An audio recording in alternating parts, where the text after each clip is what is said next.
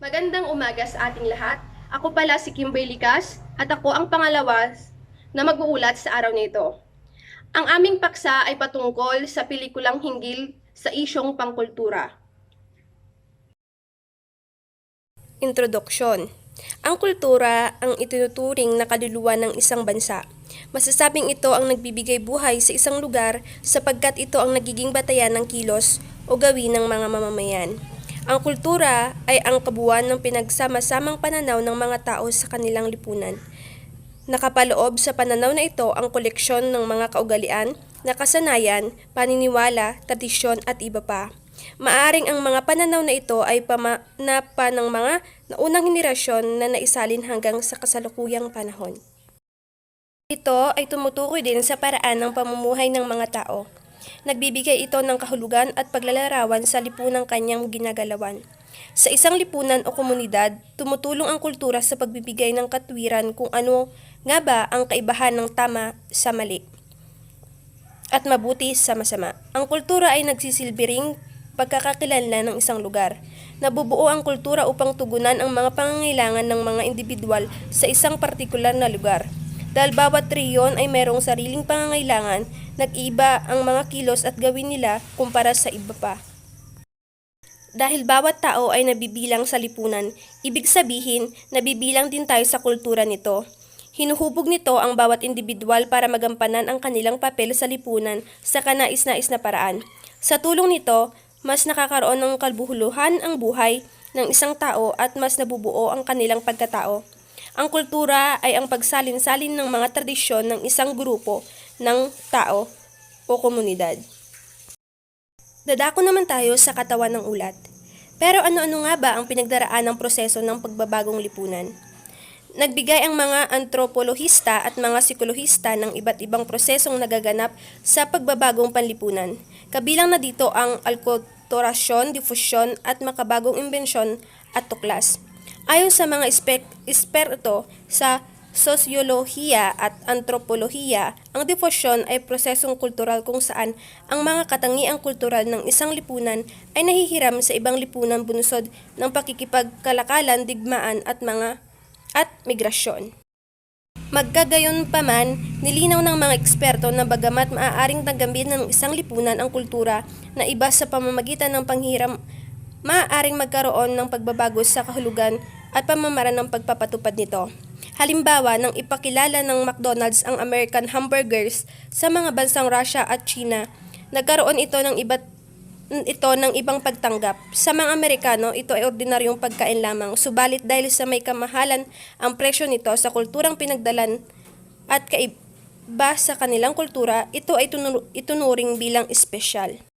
Samantala, ang proseso naman ng alkulturasyon ay hindi nalalayo sa proseso ng diffusion, subalit nilinaw ni Ember na ang alkulturasyon bilang isang proseso ay nagaganap lamang sa sandaling ang dalawang grupo o lipunang may gnayang superior ay mababang antas ng kultura ay nagkatagpo. Ito ay isang prosesong may dalawang daang nagkakatugunan. Ngunit sa karaniwan, ang lipunang may mababang kultura ang nanghihiram sa nangingibabaw na kultura bilang isang resulta ng pressure mula sa labas. Sa alkulturasyon, ang isang katangian ng dating umiiral ay maaring mapalitan ng isang makagaganap na tungkulin nito o ang lumang katangian ay humahalo sa mga bagong katangian upang makabuo ng isang bagong sistema. Subalit dapat nating tandaan, maaaring sa proseso ng pagbabago, ito ay maaaring magkaroon ng pagdaragdag at pagtanggi. Halimbawa, nang pasimula ng mga Espanyol ang Kristyanismo sa Pilipinas, hindi iyon tinanggap ng buong buo. Sa katunayan ay may mga modipikasyon ginawa ang mga Pilipino upang umakmas sa kulturang katutubo. Kaya naman isinilang ang tinawag na katutubong Katolisismo o folk Catholicism. Ganyan din ang nangyari sa pagtanggap ng Islam sa Mindanao, kung kaya't meron ding tinatawag na katutubong Islam o folk Islam.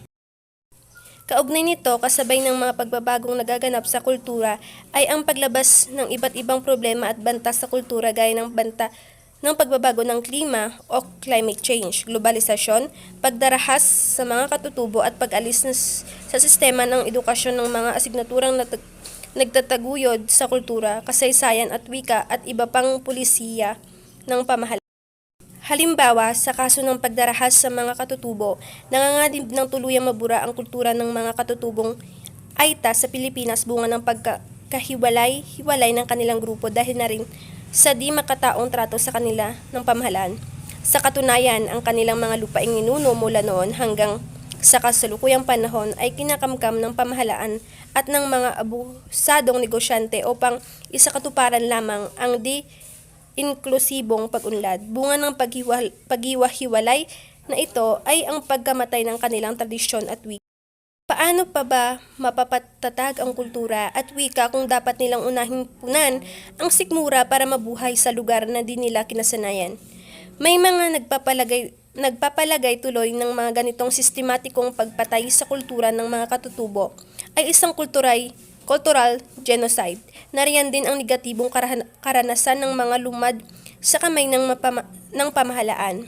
Sa katunayan, ang pagbubulabog ng pamahalaan sa kanilang matahimik na pamumuhay sa kanilang lupain at pagpapasara ng kanilang mga paaralan ay naging banta sa pagpapanatili ng kanilang kultura at tradisyon. Paano nga naman mapapanatili ang kultura kung ang mismong mga paaralang magtuturo nito ay ipinagkait ng pamahalaang dapat nagtataguyod nito dahil lamang sa hinala ng mga turo na nasabing paaralan ay ang mga aralin laban sa pamahalaan. Gaya na nangyayari sa mga Aita, ang mga lumad ay nagkawatak-watak na rin sapagkat kailangan nilang mabuhay. Paano pa mapapanatili ang wika na bukal na kultura at maisasagawa ang tradisyon kung wala ng lupaing ninuno?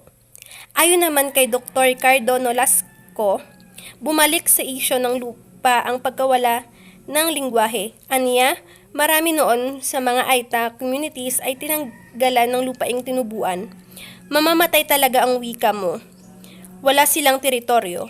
Wala silang kapangyarihang pang-ekonomiya. Wala silang kapangyarihang pampolitika. Nilalamon sila katabing kultura at katabing wika.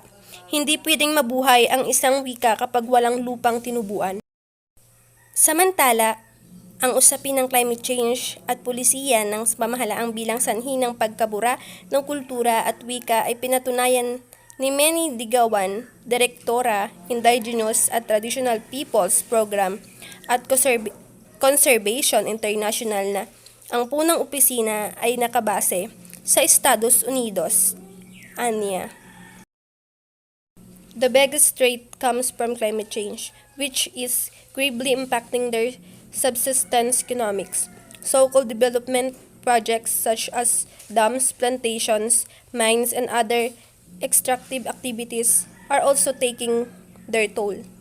As our government policies that minimize diversity and encourage sameness, there is an increasing propensity of state of criminalize any dissent, resulting in more and more rights violation. We have witnessed an unprecedented rise in the number of indigenous peoples harassed, arrested, imprisoned, and executed for daring to defend their territories. Kung mananatili ang ganitong banta at problema sa pagpapanatili ng wika at kultura, tiyak na darating ang panahong magiging kolonisado ng Pilipinas sa aspektong ng pagkakakilanlan. Kaya naman mahalagang matugunan ng pamahalaan, institusyong pang-akademiko at ng mga non-government organization ang ganitong suliranin, sapagkat ang pagbibingi-bingihan ng ganitong usapin ay katumbas ng kamatayan ng wika at kultura ng ating lipi.